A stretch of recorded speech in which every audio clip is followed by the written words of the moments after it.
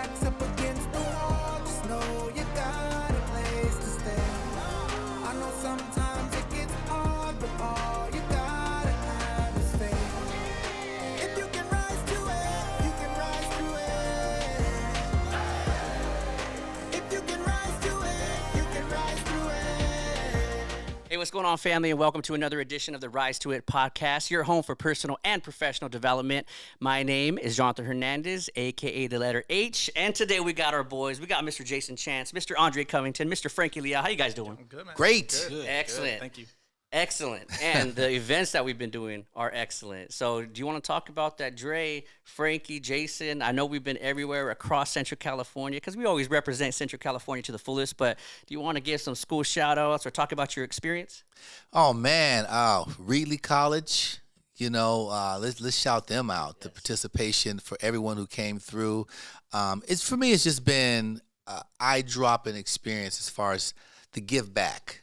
You know, it's almost you got to reach one, teach one. I think we do a great job of going back and sharing our experiences and to see the response from the educators or the administrators who say, wow, you guys really kept them entertained, and to see the response for them and to see the overwhelming love that comes afterwards, the autographs and photos and all that. It's just great times, man. It makes you feel validated in a sense, knowing that I'm not wasting my time nor someone else's time. Because that's the worst feeling in the world, to be doing something and you don't want to be there and they don't want you there, but you're just doing it. Maybe it's financial reasons or whatever. But for me, and you know this about me, like the money part, it's not even the biggest deal, but it's just, are we being impactful? Right. Am I reaching somebody? And I feel that we are. And that, for me, is it's a good thing. A great thing, man. And Frankie, I know you've been at the events too. If you haven't been, I know Celeste, who's recording today, or your family members, but your experience, man, working with students, college students, high school students, soon to be college students, what's your experience been like? The Bakersfield event was probably one of my favorite ones. Cool. I know, kind of going into it, I know we were, you guys were talking to first graders up to sixth graders. Cool. And seriously, I was like a little nervous for you guys because I was thinking, me as a teacher, I'm thinking like, how are they going to connect to a first grader and to a sixth grader without breaking them up? And you guys didn't break them up. You guys kept them. I know, Dre, you told me that you use superheroes because everybody loves a superhero. That's right. Kids, adults, and stuff like that. So I thought that was genius. So props to you on that. You brought out the story, the heartfelt story, and you had the little kids, bro, like they were all engaged, man. So I applaud you guys for that. I thought that was really, really cool. And then the dancing, like you got all the kids dance. They were going crazy. So that was that right there really makes you tap into your creativity, And I knew Dr. H was going to bring it because he always does. So I was like, man, how can I? And I remember I had a photo, my son, because he had all the superhero capes and masks, and he used to have them hanging up in his room. And he would sit there and he would ponder, like, what superhero am I going to be today, Dad? I'll say, well, what do you feel like solving today? What's going on in the world that you're going to have to fix, son? And you're going to have every superhero has a particular power. So I was like, look, you got to tap into it. So I was able to relay that message to the kids. What are you going to do?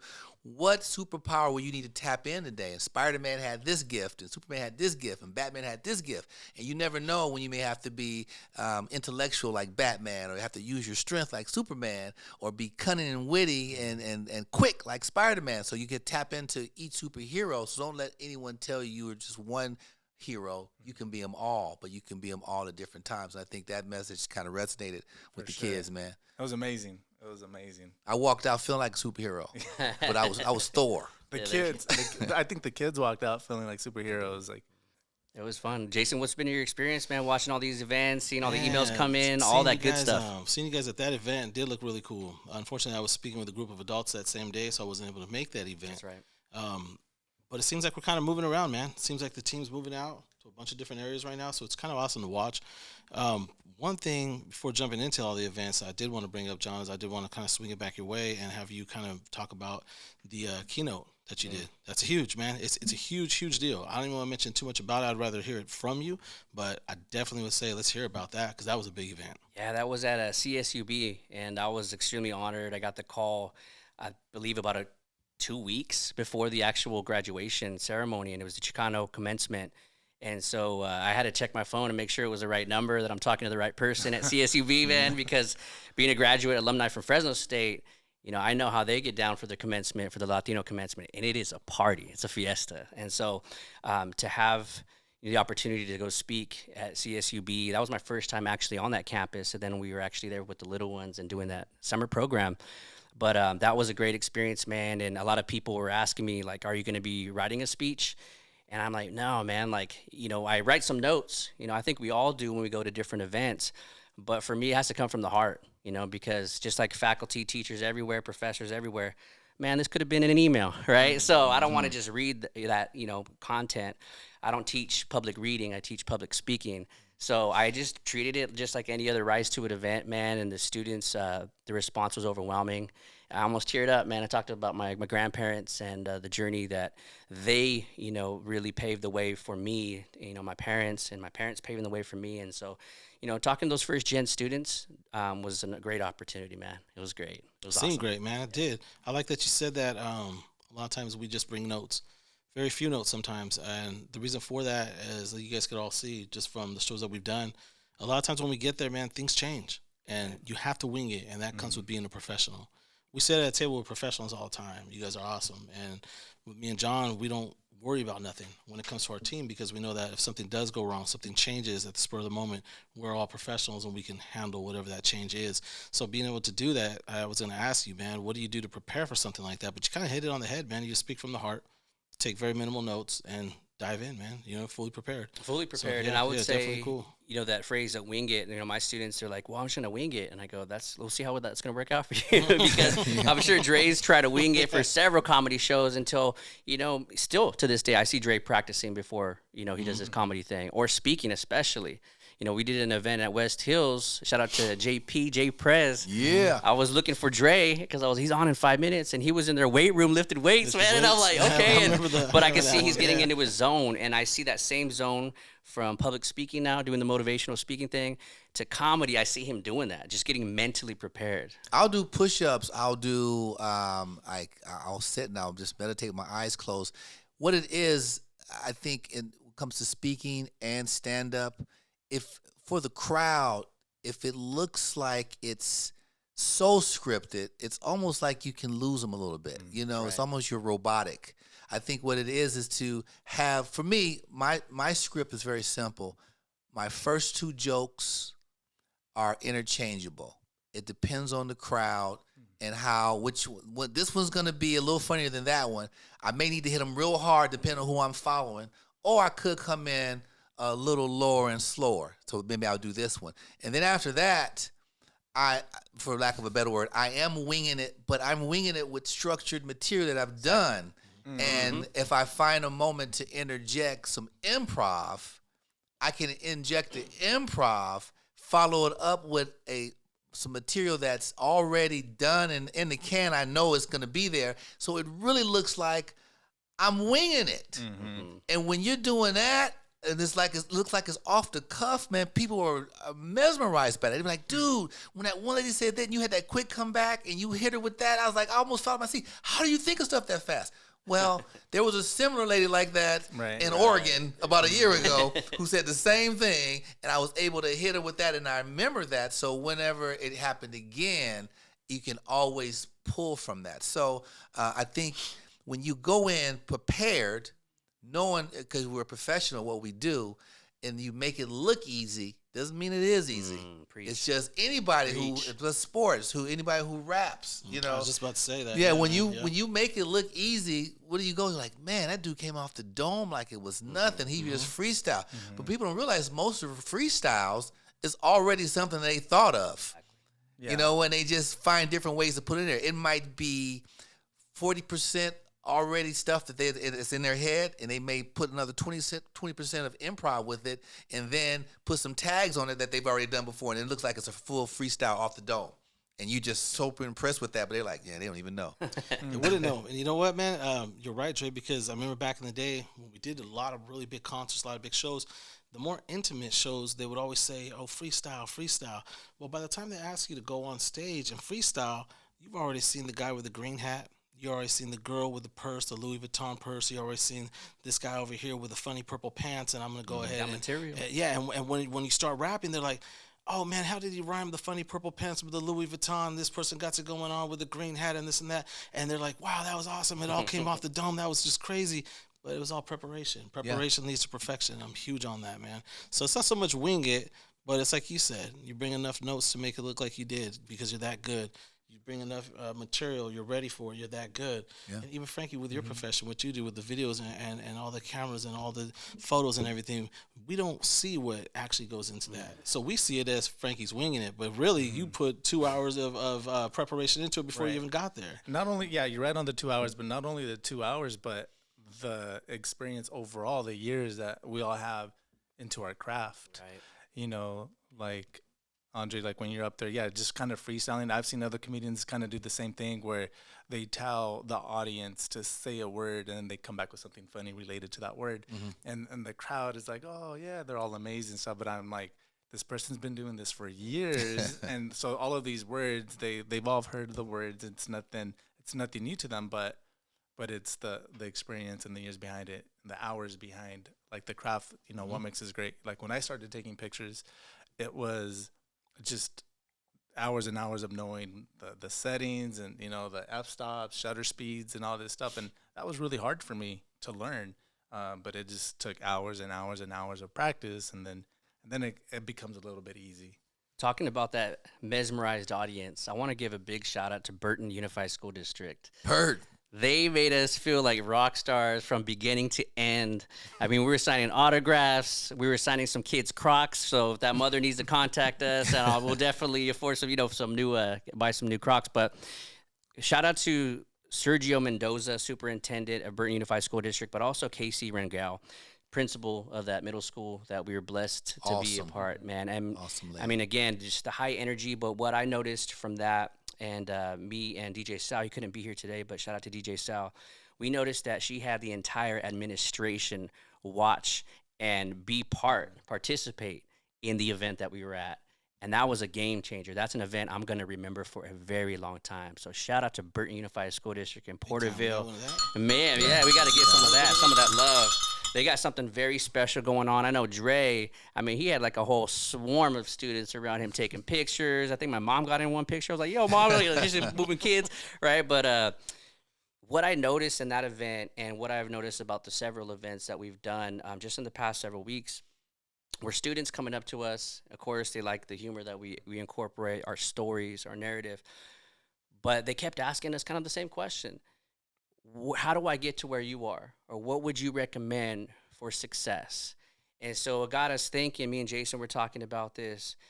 This episode is basically to answer those questions and to give them some hints. And of course, we got more keys, but today's episode, we really want to focus on 3 keys to success and really kind of unpack each concept. And so I really want to go across our team and talk about vision. Where did you see yourself maybe when you were their age? And then as you're growing older, progressing in your career, you actually seen what you were going to become before you actually became it. The second key I want to cover today is sacrifice. What did you have to sacrifice in order to become the you that we all know and love, right?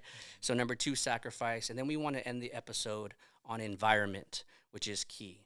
So a lot of the teaching seminars that I do, I'm always talking about environment. Whether you're going to go to a party or something like that, whether you're going to go to a concert, a classroom, that environment has to be inviting first and foremost. Not only that, but the environment you surround yourself with as a professional. How did that change over time? Who are the people you surround yourself with? So again, we're going to be talking about vision, sacrifice, and last but not least, we want to hit on environment. And this will help some of those students, but not just the students. You know, the people just watching our episode if they want to take their careers to the next level. So with that vision, number 1, and hopefully we could get the vision down here on the bottom of the screen. We could put a little vision. But number 1 vision, Andre, I know you shared with us, I believe it was in the first podcast, you had a career already going.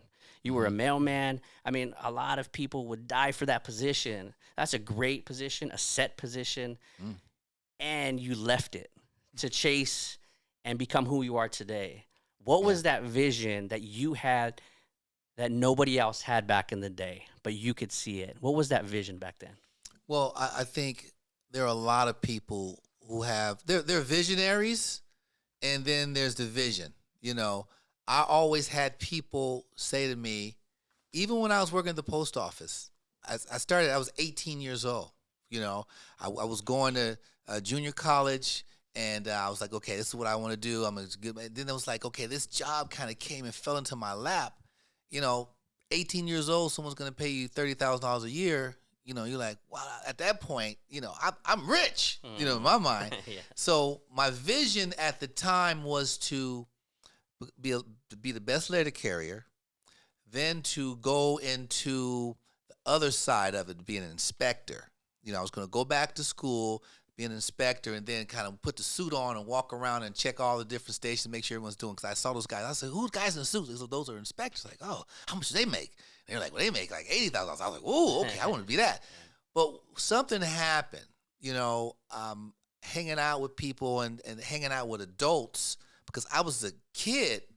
Like the other letter carriers, men and women, were all way older than me. They had kids my age. So we go out to dinner and lunches and stuff, and I'd be this guy there, but I was able to interact with them, and I also entertained them and made them laugh. And this old timer, he told me, he goes, "What are you going to do with your life?" I'm like, "What do you mean, man? I'm at the post office." He goes, "No, what are you going to do with your life?" He goes, "Because there's so much more to you than this." So he actually helped me go, "Yeah, you know, you're right." He goes, like I used to play in a band. I was a real guitar player. I was really good. He goes, and then I got this job, and I set that down. He goes, "There's not a day goes by I don't think about what would have happened if I would have kept playing." So that resonated with me. I was like, he goes, "If this is what you're gonna do, then do it." He said, "But don't end up like me, you know, 3 marriages later, you know, bitter that because I had kids and I'm mad at my kids because I didn't become a rock star." He goes, "I'm just now at a place where I'm able to accept it, but I'm, again, 3 marriages. He goes, I'm single guy now, living in an apartment, you know, gonna ride out my rest of my career as a letter carrier." So he said, "Don't be that guy." And man, you think about it, I'm 18, 19 years old. I said, so it just kind of stuck me. At that point, I was like, okay, all right, sir. But I'll keep that in mind. So I still, okay, I want to be, but after the next 3 or 4 years, I started going, man, I don't know if I can do this for 40 more years. You know what I'm saying? I started going, what? Then I started seeing comedy and how everyone was always telling me I'm funny. So just kind of on a dare, I went into an open mic, and the sky parted. It was like I went in, they said you get 5 minutes. I put together like, you know, my 5 minutes material. I went up there, and I after like 3 minutes, I was done. All my jokes was over with. I was like, "Thank you, good night." And I got some applause. So from that moment on, my vision became, how can I do that full time? So then it was like my vision locked in on that. The post office now for the next 2 years, I said, I'm going to go 2 more years. I'm saving all my money. I'm not going to buy that car. I'm not going to get that condo I was getting ready to buy. None of that. I'm going to save all my money so I can go full-time comedy and start doing that. And that's exactly what I did. So I let the vision, when you have the vision, the key to the vision is working towards the vision. Mm-hmm. You know, okay, what am I envisioning being, you know, 10 years from now? So now you have to start the process of getting there. And that means you're going to have to let some things go. You know, we'll get more into that when we talk about sacrifice. For sure. Mm-hmm. Excellent. Frankie, what about you for the vision? I know we kind of gave that Costco sample of you telling your father, "Hey, I'm going to be taking pictures. I want to do graphic design," and him kind of giving you that awkward stare of like, "No, you ain't. You know, go to something that's more set." So what was your vision like? Because clearly you had one, and now you're becoming that, and you're still not done. You know, every time I talk to you, you're like, "I want to do some more." So can you talk about that vision? Yeah, well, you know, the vision, like, I just wish I had like the secret sauce, the secret recipe, and just to say, this is how you do it, or this is how you become successful. But really, it's just old. It's old fashioned, hard work, putting in the hours. There's no really shortcut to it. You just got to put in. You got to put in the time. I started my career as a graphic designer, and I was very ambitious. You know, I was full time. I was doing all of the graphics for the Palace anymore. They had a football team. I was doing all their logos. I designed their logo. They were called the Coyotes. And Forgot about that. Wow. yeah, Okay. it was a while back, and I was in charge of all that stuff. I actually worked in Visalia at a graphic design house, and but I was always ambitious. On the side, I was working on flyers for nightclubs, and you know, I would get one account, then I would get a second account, then a third account, and I just started doing all these nightclubs. The nightclubs turned into like professional offices. I was doing dentist offices, doctor's offices. I was at work one time at my normal 9 to 5, and they let me go. I got fired. Okay. And the reason why they fired me was because I printed a proof sheet from their copier. Okay, so Was this for the nightclub?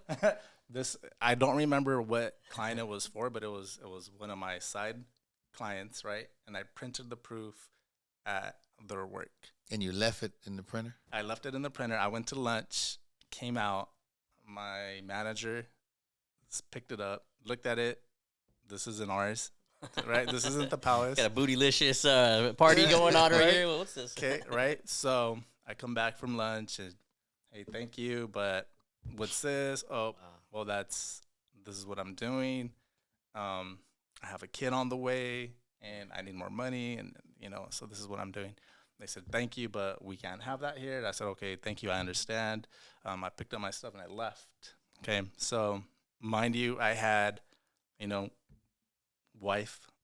She wasn't my wife at the time, Celeste, but she was my girlfriend, and we had a baby at the time, and we had just moved into an apartment. Okay, so I had the decision to make. Like, what I do? Do I go look for another job just to pay the bills, or do I stay true to what I like to do, what I enjoy doing, which is graphic design, and go find work? And I was Leap of faith.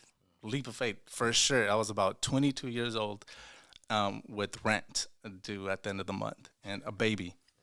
But I had that confidence. Like, I really did have confidence, guys. Like, I'm not lying to you. I knew I was gonna be okay, and it wasn't a matter of if I was gonna be fine or if I was gonna pay the bills, but it was just a matter of like when it was gonna happen. And I was 22 years old, and instead of getting a job, I went out from business to business. Like back in the day, Jogathon days. Remember Jogathon days? You go and you collect sponsors, right? Yeah. That's what I was doing. I was going business to business, asking businesses if they needed business cards, if they needed brochures, and I had a portfolio with me. And when I would, you know, when the business would say, yeah, how much? And I would give them the price, and they would say, yeah, like I want business cards from you. So I would stop selling, and I would run back to our apartment, and I would start working on their business cards. I bought a whiteboard, and I truly believe this. Like, you got to write down your goals. A vision board. It was kind of like a vision board. I write down my to-do list. I do it to this day, where I write down the to-do list. The days I don't write the to-do list, I don't feel productive. So I just put all my chores, ideas, goals, everything I got to do, write everything down. So at the time, rent was about $500 a month. Okay, and my goal was to make $500 a week. So I would go out, sell until I made $500 a week, and I made the money, you know. And I never ever worked for anybody else again. But I'm saying this is because I had the confidence. I had the vision that I was going to be okay. And I think a key to that is doing something that you truly enjoy. I don't care what it is, because when I told my dad I wanted to be a graphic designer, he was like, what is that? And once I explained it to him, not that he wasn't supportive, he just didn't see no money in it, right? He didn't have the vision.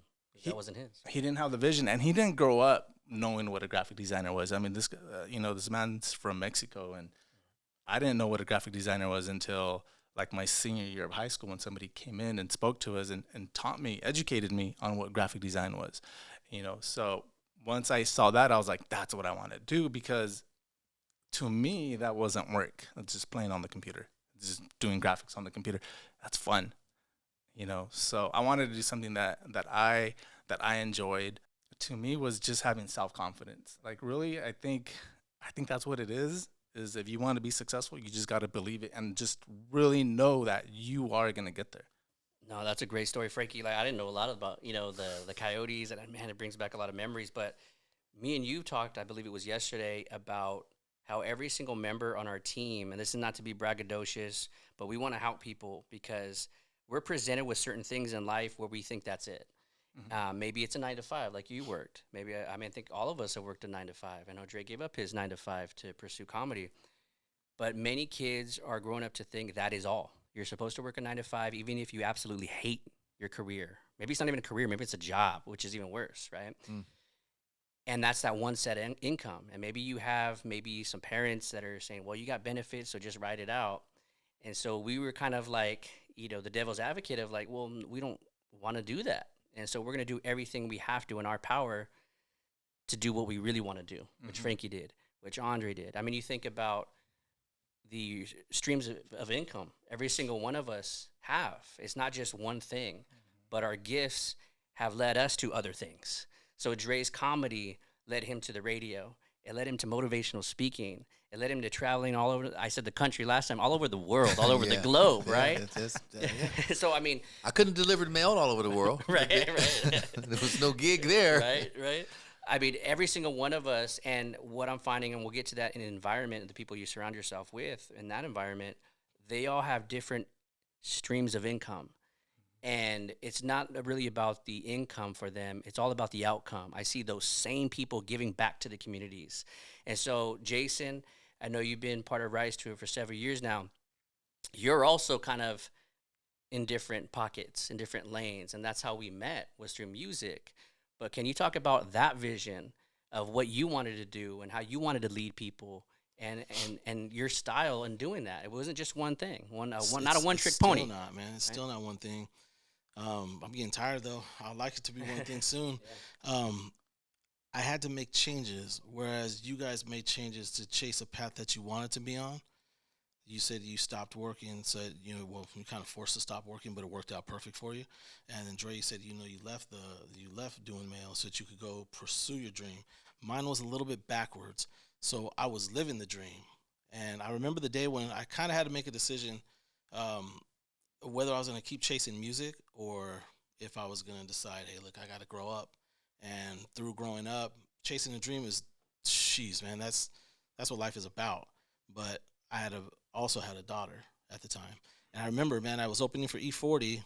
I forgot the club's name, but it's right there off of Dakota and right off of Cedar. Is that in Fresno? And yeah, it's in Fresno. Yeah, I'd say it was in Fresno. And I was opening for E40. I just took my album down. I let the club owner listen to it. He said, yeah, perfect, man. You're exactly what we need. You got the job. Let's handle it. I took my daughter down there with me. I still got the picture on Facebook too, man. You can see the picture. She's on my shoulders. And it said, okay, before the E40 concert, this is what I was doing. And it was after that shortly where I was like, you know what? I got to work, man. I have to work. I have to continue to do something. And at that time, I believe I was just going to get rolling back into a different sales position. And I had to make a big decision. Do I want to keep chasing music, or do I need to put it to the side now and start chasing some major money?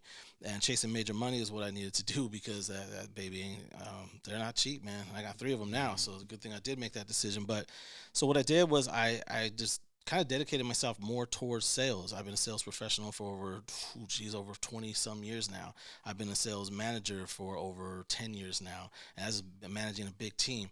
And when I made that decision, it came with a couple different decisions throughout the years. So I had to decide, once I got into sales, am I just going to sell, or what am I really going to do here? So then I ended up going through a process where I wanted to just become a manager. I wanted to become what's called a sales lead at my position. And it was kind of messed up, man. The way it went in there's a lots of, just like you guys came through a lot of issues. Like you got shut down by your boss over there, and you had to make your decisions after holding that, talk with your coworker, what you're going to do. Well, mine came with I remember I was sitting at a table with a couple other managers and a couple employees, and they needed to bring up a new manager, and they asked every employee in there. They said, "Hey, why don't you become a manager?" And this guy's like, "I don't want to do that. It's too hard. Why don't you become one? I don't want to do that either.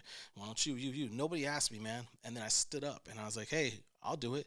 Dude, everybody laughed in my face, man. It was probably one of the worst experiences that I had becoming a manager, but I didn't let it stop me. Another time, somebody had told me, they were like, "Dude, I can't believe you made it, man. You're a manager."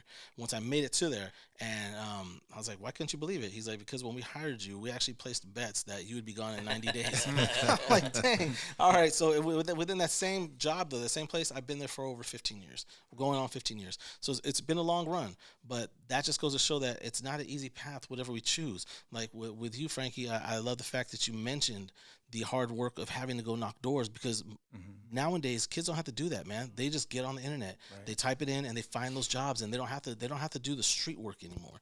Like when I was doing music back in the day, that street work, that we had to pass out flyers. John, you remember the flyers? exactly. And he probably made some of our flyers, Yeah. and we would have to take them, man. We'd be at the fairgrounds passing out flyers. You go wherever the next event is, and you pass them like, "Hey, come listen to this." I remember the CEO of our record label. He would print out stacks of these CDs, and he'd be like, "Take them, go hand them out tonight. Go to Kings Canyon, go wherever there's gonna be people, and hand them out, because the album drops in such and such date." So we'd go out there and we'd be handing them out. We handed them out to Dre. We actually went down to at that time you were at the other place, and we had to go down there and give them the CDs too. And actually, Dre, we started doing your morning show intro, Wow. which was really Yeah. cool. So it's just a lot of work, man, but it always leads you to where you're at, and that journey is pretty awesome. But like you said, I have several streams. I do that sales. I sell solar. I do stuff with animals. I do stuff here with kids and motivation. And this is probably one of the most, probably one of my favorite ones, because it gives me a chance to give back, which is awesome. But yeah, man, I'm all over the place, but I don't mind being that busy, man. I actually like it. Yeah. But on that note, John, why don't you tell us about how you did this, brought all this, rise to it. Yeah. I don't think we ever really talked too much about it. Not on the How podcast. did you rise to it, John? Yeah, man. Bring us Dr. H, how did you rise up? It's crazy. A lot of people don't ask that. They don't ask, like, how did it happen? Like, how, but it was all with teaching. Just like with Dre's comedy, it led to other things with Frankie photography. Now he's doing websites. Now he's doing podcasts. Like, there's so many areas that it started with. But my goal was always to be a professor, college professor, particularly communication studies. I fell in love with my first communication class at Reedy College.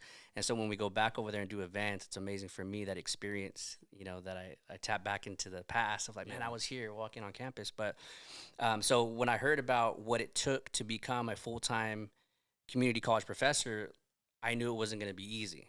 So they were like, well, if you want to stay in the Valley, which I do, I've always loved Central California, it's going to take about 9 to 13 years of you doing part-time everywhere. Wow. So I've been at Reedy, Fresno City, Brandman University. I know they changed the name recently, Bakersfield College, Delano campus, Porterville College. I mean, anywhere that you can name a campus, Fresno State, shout out to Bulldogs, right? We got some memorabilia here. Anywhere you can name a campus in Central Valley, most likely I've taught there. And where a lot of people would see, like, man, you're crazy. You're doing all this, driving, right?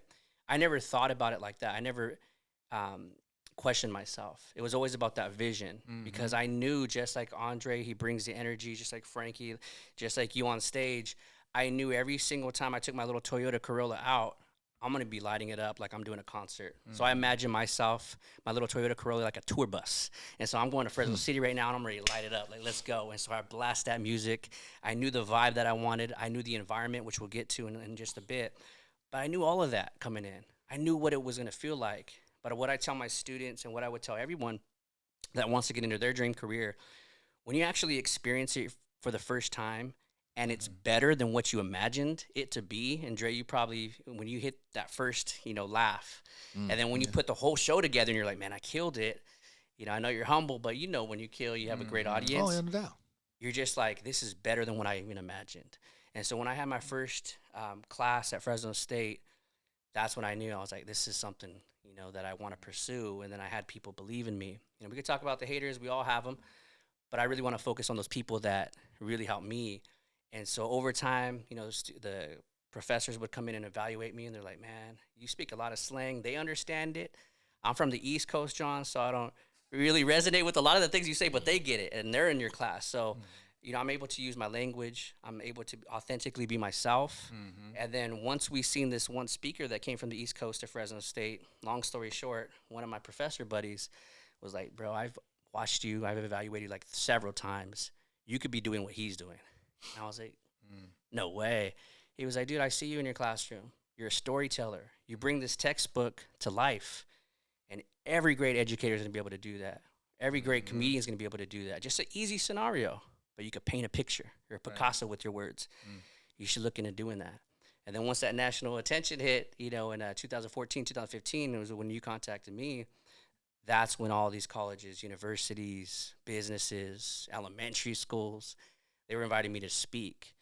And so for me, I'm like, how do I share this? Because I don't want to do this by myself. I know some people aren't going to feel my style when I go travel and be like, this California kid, I don't understand him, right? But I knew the people that I wanted on the team. And so I knew the music that I wanted to incorporate. Let's get our own DJ then. Why look for a photographer when we can look for the best? Why look, you know what? Dre's been in my class several times, and I see him blossom into this speaker. I knew the team that I wanted to create. I had that vision. And that's basically how Rise to It started in late 2016. And every single year, even during the pandemic, we were able to not only hold our ground, we were able to just line up those events. And so it's no surprise to me, the podcast, this stuff, I never would have imagined it. But again, I never would have imagined, speaking all over the country, from a professor job to now doing this. And my wife, now she has her own business. And again, we all have different streams. And again, not to be braggadocious, but it just shows that one gift can turn into multiple gifts. And you got to just, understand these three concepts. So that's how it started, man. Hey, man, that's a great story, man. So sacrifice. Number two, we talked about the vision, and we all had that. We still have it. We're still not done with a lot of the work that we're doing. We're still not, we're not done giving back in any way, shape, or form. But the sacrifice it took is what I think a lot of people don't understand. I'm not just talking kids, because we hear a lot of people, oh, man, Frankie H, dude, the podcast, that's great. You guys are doing that for students. Not necessarily just for students. We're doing this for some of my friends that could take their life to the next level. But there's going to have to be some sacrifice. And so when I told my wife, about Rise to It, I was like, I think I want to build a team. What was great was she didn't bat an eye. She was just like, let's go. Andre would be perfect. This Jason guy, yeah, I need to meet more of him. But then now you guys have a great relationship. You guys talk, oh, man, he's great. Frankie, I already know Frankie. We've known back, DJ Sal, professional.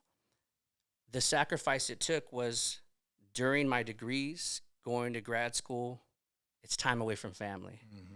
And so especially my in-laws or my parents, I couldn't make those birthdays. I couldn't make those special occasions oftentimes because I was working on becoming that Dr. H. So it does take sacrifice. And a lot of people don't understand that. So Dre, with you, I know there's been years and years and years of sacrifice that you've had to have. Do you want to dig in deep on your story and the sacrifice you took to be Andre Covington today? Yeah, there's different levels of sacrifice. I know going back to the post office days when I made that decision and I had the vision, I said, okay, I can't allow certain things to block the vision. So now I'm going to have to sacrifice some things. So I knew relationship-wise, it would be tough for me to get into a solid relationship, committed relationship, being that I was going to leave San Jose and take my talents on the road. I was willing to go wherever someone booked me. Yeah. So I was in my car, and I was driving all up to Oregon, Seattle. I was in Idaho, you name it. If they said there was a show, I remember doing a show in Idaho. I was on top of a rodeo up in in a barn or something, man. And it was like, I'm the only brother within a 100-mile radius, it felt like. But, it was $300. So I was there.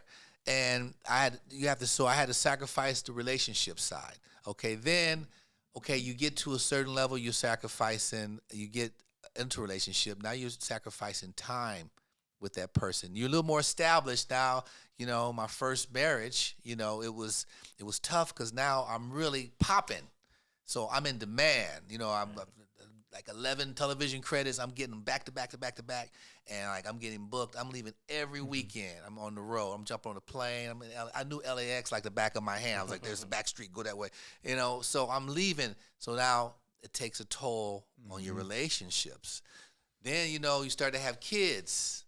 So now my daughter's born, and I'm still chasing that. I'm out there. I'm leaving. I'm going, and then you come home one day, and your kids look like your mama. That man's home, like that's your father. So then you go like, man, okay, now I'm sacrificing. Now you got to ask yourself, what is worth the sacrifice? How much am I willing to sacrifice to chase this? Those are the questions only you can answer. For me, it came to a point where I felt like I needed to get a little more stable, because now, you want to be the best stand-up, so you're going all over the country. How can I settle down? So that's how I ended up in Fresno. Just like, okay, my ex-wife was from Fresno. She had 11 brothers and sisters. I'm like, okay, we go back to Fresno. You got all your family there. I can go on the road, and you won't be so lonely where I call you and you're crying and you're sad because I'm not there. And also I'm gone, and I'm not in the best frame of mind, marriage-wise. So, I feel like we're drifting apart, so I'm not making great decisions. It's just not a good thing. So you try to salvage all that. We come to Fresno, and I'm like, okay, I can still go out and do comedy. Now you're here with family. Then a radio opportunity opens up, and so I get that. So the sacrifice for me has always been on different levels, but it's always been, what am I willing to give up? Now I'm willing to chase my dream sporadically and spend more time with the family. I'm getting ready to go on in early September. I'm going on a cruise. I'm gonna be the cruise ship comedian. It's like a big soul fest. All these bands playing. So I'm going to do that. I got some other gigs. I'm gonna go out of town. But like, I'll take my wife with me. We'll go and make a trip out of it. So I can still do what I want to do, but I really want to, make sure I include my family. We went to camp. We were in Cabo. I took my wife. I've done other shows where I took my whole family. Dad's got to go to work, but tomorrow we're going to the beach. So I go do my shows. I come back to the hotel. Everyone's there. We go hang out. So for me, I pick and choose how much I'm going to sacrifice, but understanding that there still will be some sacrifices. How much am I willing to sacrifice to do what I need to do? Frankie, what about you? I know there's been a lot of talk about the sacrifice over the years and getting to know you, especially when you joined Rise to It officially, because you've always kind of been that unofficial person for us, and then the timing was just right for you to join us, and the sacrifice, learning more about that.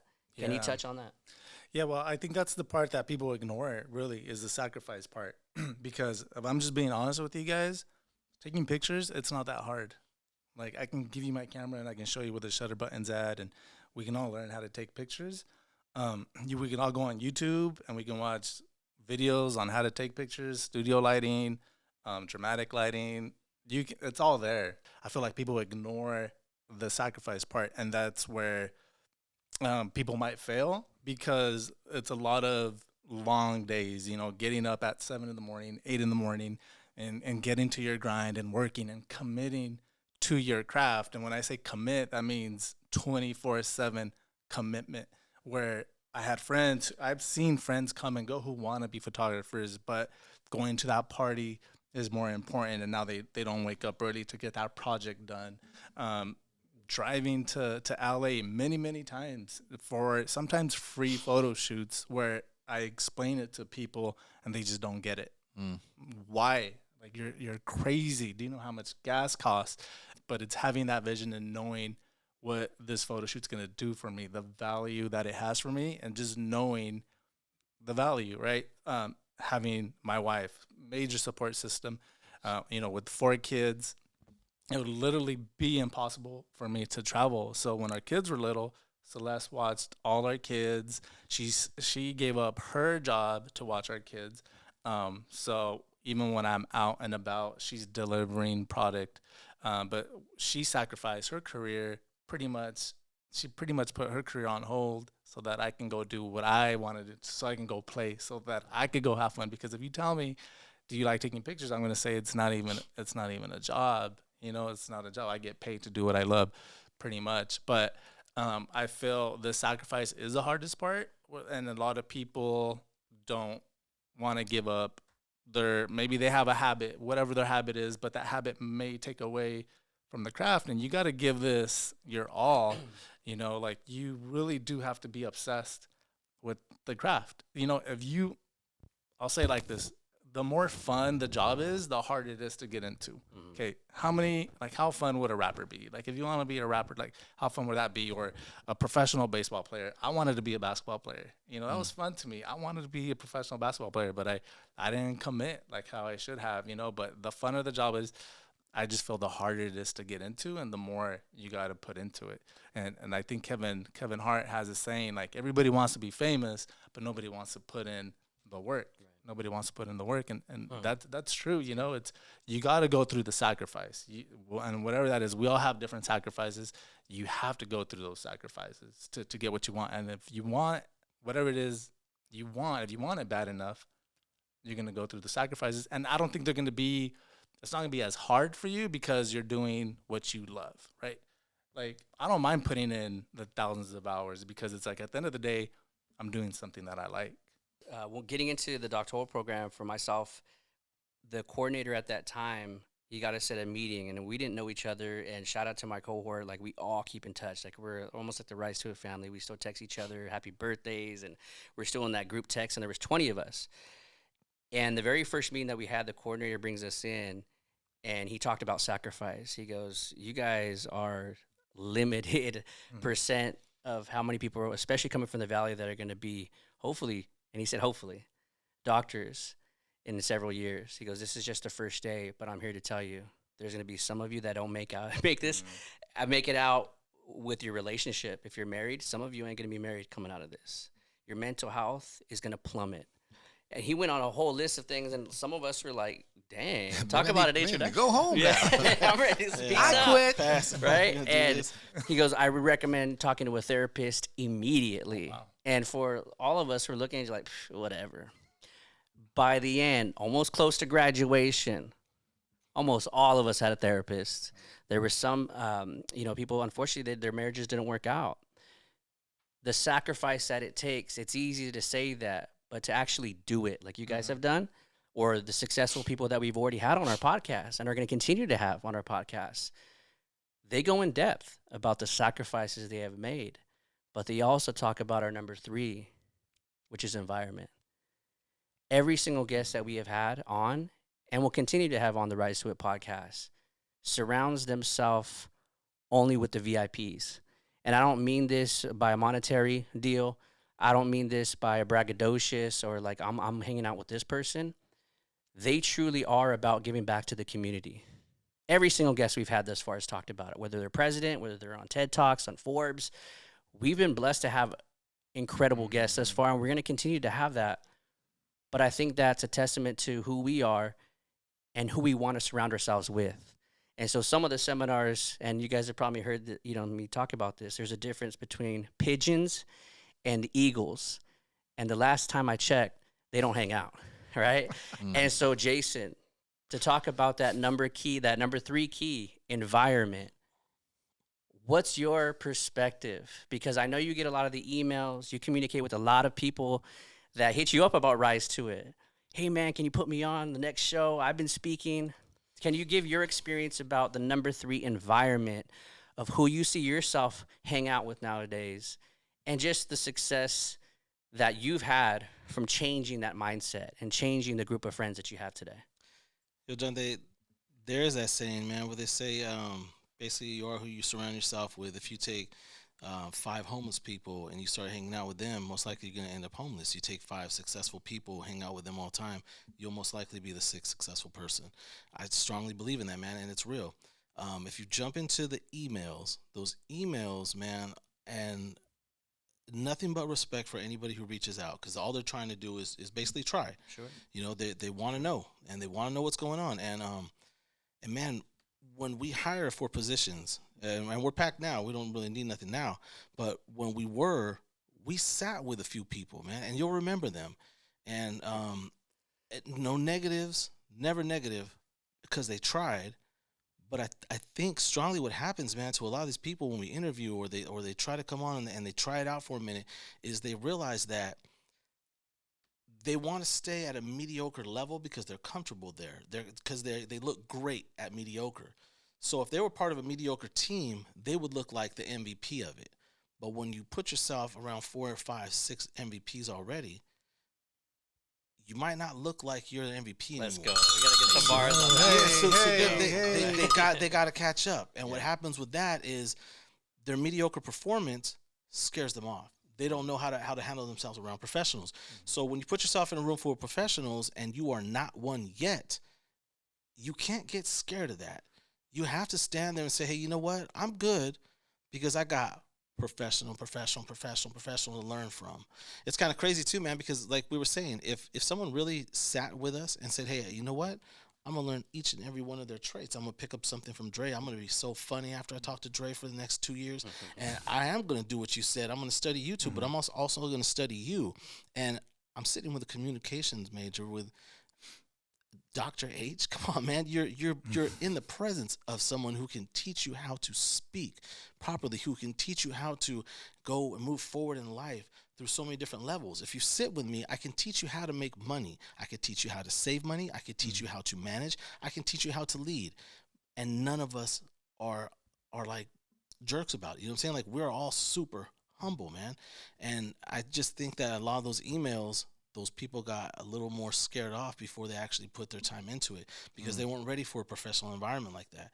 Little did they know, man, if you surround yourself with professionals, you will become a professional. If you run away from them, you will stay where you are at.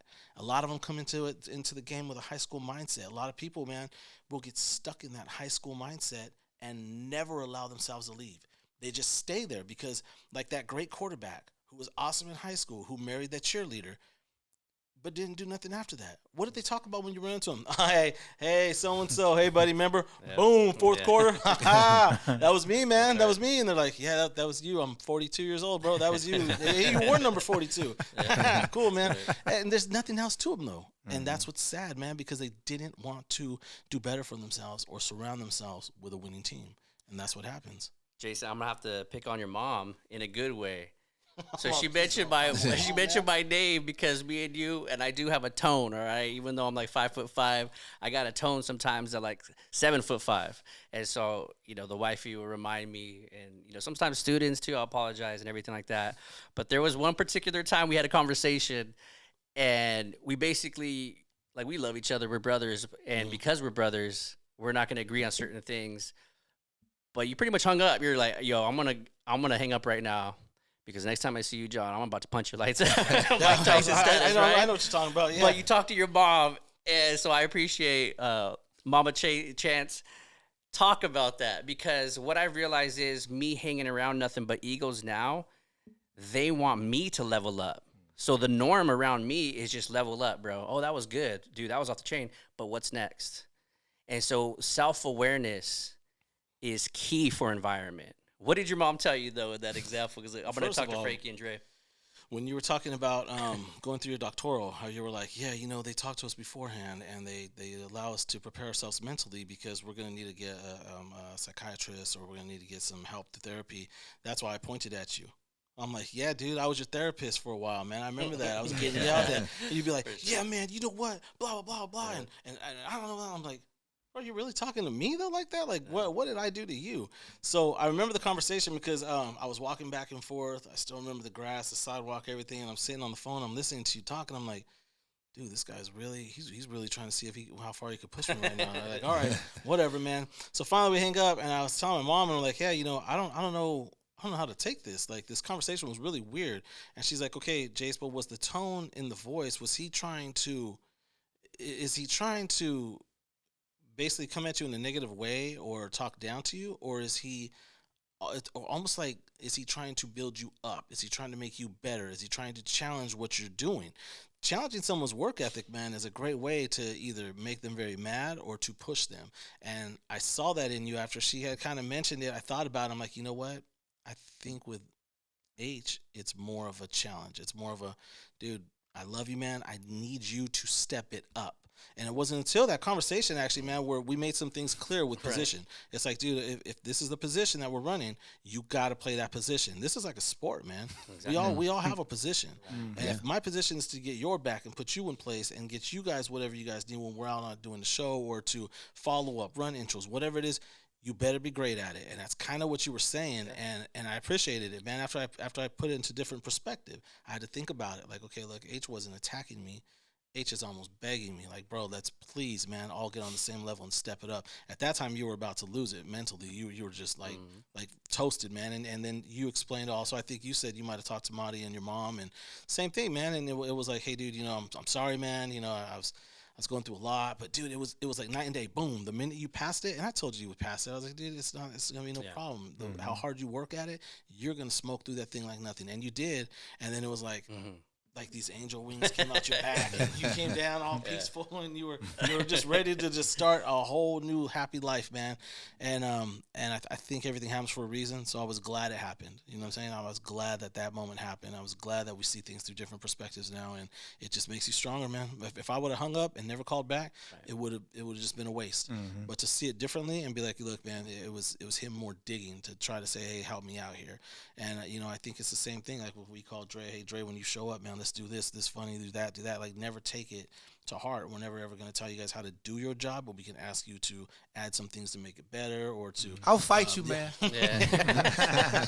That's going to be another podcast. Remember the time they fought? Well, we got the video. Let's watch it. But there's just so many ways that we like to push each other, and that falls into what you're asking, man. And that's the environment, man. Yeah. I believe it was the Phoenix Suns coach. Shout out to him, and he said, "I'm not trying to," because he had a tone. I guess some of the players were sharp and soft on his team. And he goes, listen, I'm not trying to call you out. I'm trying to call you up. And there's a big difference between the two. And so for my students, I tell them the very first day, like, look, if you want someone that's going to just give you a grade and to pass, I'm not the professor for you. Like, drop the class today. It's our first date. There's no reason to go on a second date. Let's just end it right now. But if you want somebody that's going to push you, this isn't just a speech, or this isn't just a presentation, or you're not just going to be doing tests. I want to build you up for life, because you are going to get one interview. And there is no second place oftentimes when you do your interviews. You either got it or you don't, right? And for me, I humbly say, I was on 6-7 interviews before I got my dream career, but every single one I learned. Every single one I got hungrier and hungrier. And I had people tell me, look, you could have done this different. Or like right here, this question stumped you a little bit. Okay, cool, I'll work on that. So instead of having the attitude that you could have easily had and give up, which most people will give up in that, I wanted to surround myself in that environment, as crazy as that sounds. And so for the people listening, our viewers today, get yourself around eagles. It's as simple as that. They're going to challenge you, but also make sure these eagles are flying themselves, though, too. We see a lot of youngins look, oh, the celebrity, I'm looking up to them. Yeah, you're looking up to them, but you should be looking up to people in your community that are doing big things. No doubt. Because you could ask them. And so I'm going to my brother right here for that. Right. The environment, the people that you're hanging out. I know, Dre, I think it was the Reed College one, you talked about a lot of the friends that you grew up with. This was at Reed College. You said a lot of people that I grew up with, they're still doing the same things. They're still in the hood. They're still doing. Can you talk about that? Yeah, I think what it is, it's a comfortable mindset, and they don't respond well to criticism. So, and sometimes you have to be critical with people. You have to let them know, hey, like, I see the path you're on. It's not a good one, and you're going to end up either jail or dead, because that's where the other guys are. And they don't want to hear that. So what you do is you just, okay, well, if we're going to hang, you're going to hang in my world. You're going to come to one of my shows. We'll hang out backstage after the show. We'll laugh. You'll invite me to your house. I'll decline because I know that atmosphere is not conducive to where I want to go. I'll thank you. We'll hug it out. And I appreciate that you took the time to come into my world. And I'm hoping that some of my world can rub off on you. But in most cases, it won't. And it's not your job to make it. It's your job to show them there are other avenues. There's other opportunities for you. And if you decide you want to go there, let me know. I had a talk with a childhood friend of mine, one of my good buddies, and he's an entrepreneur. He's always coming up with this stuff. But he calls me every year. I got this new thing, Dre. I need about 10 grand. I can get this going. It's like it's a soap one time, and it's some skin stuff for African American men who have razor bumps. And he's got great ideas, but he doesn't know how to take it all the way to the finish line. He writes amazing greeting cards, and he wrote a book. But I said, okay, man, I'm gonna put you on my show. We're gonna push his book. And it's okay. It's for Mother's Day. Mother's Day came and went. And he called me after Mother's Day. Hey, I got this other. It's like, what happened to the book? So it's like you have certain people in your life, their motivation is lacking, and their way of going through life is lacking. And I tell people all the time, if you want to continue to be a renter, hang around people who rent. Preach. If you want to own a home, I didn't buy my first home until one of my best friends was a realtor. And he said, hey, this is a nice little place you get. What did it cost you? I go, oh, it's $700 a month. He's like, no, what? That's your mortgage? No, that's my rent. He goes, oh, bro, what are you doing? He goes, you're throwing away your money. So I started hanging around with people who owned homes. And he said, I'm going to walk you through the process. He goes, it's probably going to take you, let's pull up your credit. Ooh, it's going to take you a minute. But he says, right, it may take you 5 years, but my vision was locked in. Okay, if it's 5, it's And 5. a sacrifice. Yeah, but we did it 2.5. You know, I cut it in half because I made the sacrifices. You know, now I'm not going to get the BMW yet. Yep. You know, don't buy a $50,000 car before you buy a house. There we go. I bought my house, then I bought a $50,000 car. There we go. You know what I'm saying? Everyone needs to hear that one right So that's what I really wanted to do, and I try to tell people, you know, your environment, man. I can remember when I was in Hollywood, you know, living the dream, going to all these big parties, and my friends would say, hey, man, these are the people we need to be connected to. So I was like, okay, cool, I'm there. So you go and you're hanging out, you with movers and shakers. You're like, oh, cool. So you go to the big party, and then, okay, the drinks come out. You're like, oh, cool, have a few drinks. So then comes the weed. You're like, I don't really smoke that much. I want to fit in, you know. Right. Then here comes the cocaine. Then they're like, oh, no, man, that's, no, I'm good. Then you start saying, I'm good. All of a sudden, you know, people stop coming around you. People start breaking off in groups, you know, because they want to be with who they're familiar with. And now you're a pariah because in Hollywood, if you're not doing what everybody else is doing, now you can go tell on them because they don't have something on you too. So if you're not doing that, so at you know, the party's getting lit, and I'm like having a good time. I like get a tap on the shoulder. Hey man, let me holler for a second. It's like one of the guys I came with. He goes, hey yeah man, you got to go. I'm like, what's happening? You just got to go. They're not. No one's really comfortable with you. I was like, dude, I was just talking to this dude, the producer. He's talking about coming on. He goes, yeah, not anymore. Unless you want to go in the back room, they got a little party back there. If you want to go and have some fun in there, then I said, I'm out. Yeah. Again, a sacrifice. It comes back to people you hang around with. You know, you have to choose the people. I can remember just a couple years ago, I brought Mark Curry to town to do a show, hanging with Mr. Cooper. And we had the same manager, and I used to go over his house, and we used to hang out. And I went in an audition for a part in the show. I didn't get it, but I made it to like the last couple guys. And I was in the car, and this is years later. I'm talking to Mark. I'm going, hey, man. I said, how come you never hooked the brother up? He goes, what do you mean? I said, well, I came in, I auditioned for it. He goes, why didn't you pull me to the side? He said, Dre, you knew me prior to being that guy. I said, I wanted to write. He goes, you could have easily just started coming over, hanging out. We used to go play basketball. He goes, what? You never came around. He goes, if you would have just attached yourself to me, you would have got all that. I would have made sure that you were taken care of, at least learn. I would have got you access to the lot. You'd have been able to go and be on the set. I'd have put you in with the writers. He said, I could have did that for you. He said, but you never asked and you never attached yourself. So that's a learning lesson. Attach yourself to people who are around you who are doing positive things. Don't attach yourself in a way where you're a nuisance. Just say, hey, can I shadow you? Can I watch what you're doing? I want to learn about that. And that can get you to the next level because those things that you learn, those skill sets, and you'll be surprised how many people are willing to show you. One of the big, last but not least, one of the biggest compliments I ever got from this format and motivational speaking, I do on Saturday morning, my mother has a prayer group, and we go online, and a lot of people patch into it, and she does prayer, and we do testimonials afterwards and talk about things that had happened. We had at an event that week, And I said, wow, you know what? I'm working with this motivational team, and Dr. H, he's this professor, and he's super smart. And I'm learning a lot. I said, but here's the blessing. This guy with all this education, this guy who's dynamic, pulled me to the side and said, hey, Dre, I'm thinking about this. What do you think? I value your opinion. I mean, I got emotional because to have someone of that magnitude with someone of my educational level, but my other skill sets have risen to, or a doctor will want to pick my brain to make sure he's on the right path. Let that marinate. You know, and I said that to the group. Yeah, you know, I said that to the group. So I said, you know, God will put you in position to, even with your lack, to influence the people with the magnitude of success, intellect, and wealth, if you put yourself in position to show it. So, yeah. I love it. I love it. And Frankie, what about you? The environment that you, I know we have a lot of similar groups, similar people that we know. How have you seen your career progress?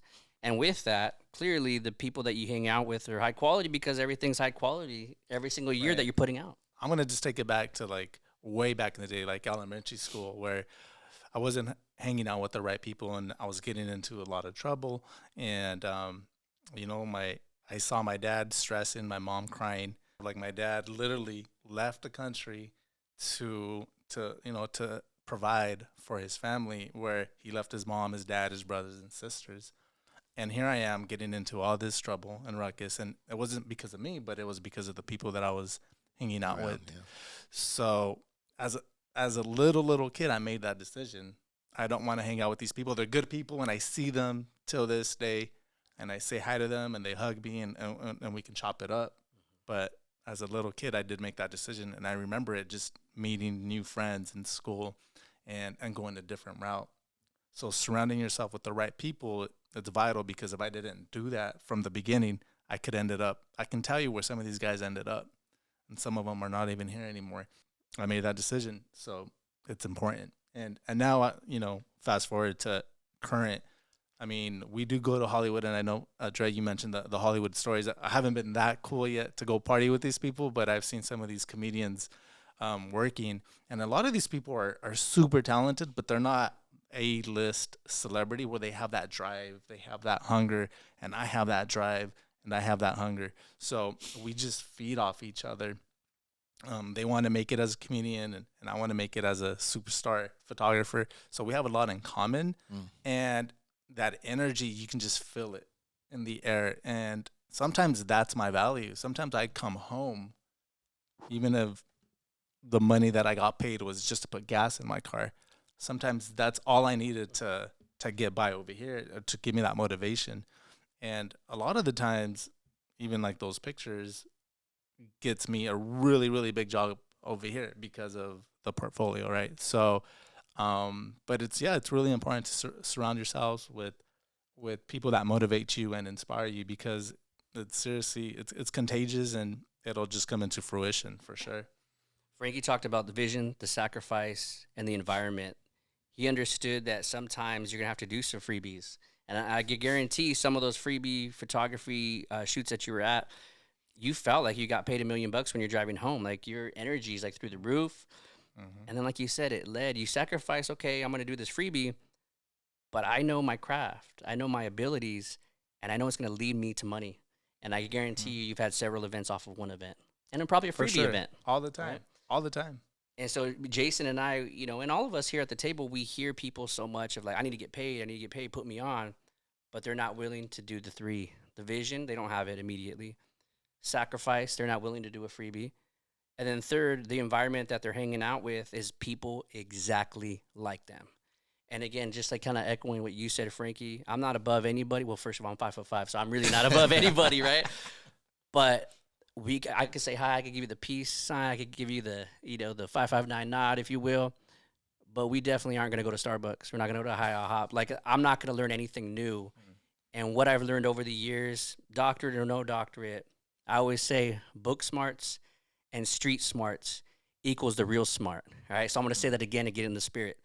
Book smarts plus street smarts equals the real smart. I don't care who, because now I'm in that arena where everybody has doctorates. Everybody has master's degrees around me. But there's only a select few that I would say are the real smart. And I'm blessed to be in this table. I'm blessed to be with Celeste. I'm blessed to this whole group. The conversations that we have are eagle conversations. And that's who I want to go to Starbucks with. That's who I want to ask Dre, hey, man, what could I do differently? Well, you could do this. And I know at first Dre was kind of timid. Like, I don't know, man, if I should give you advice. This is what you do.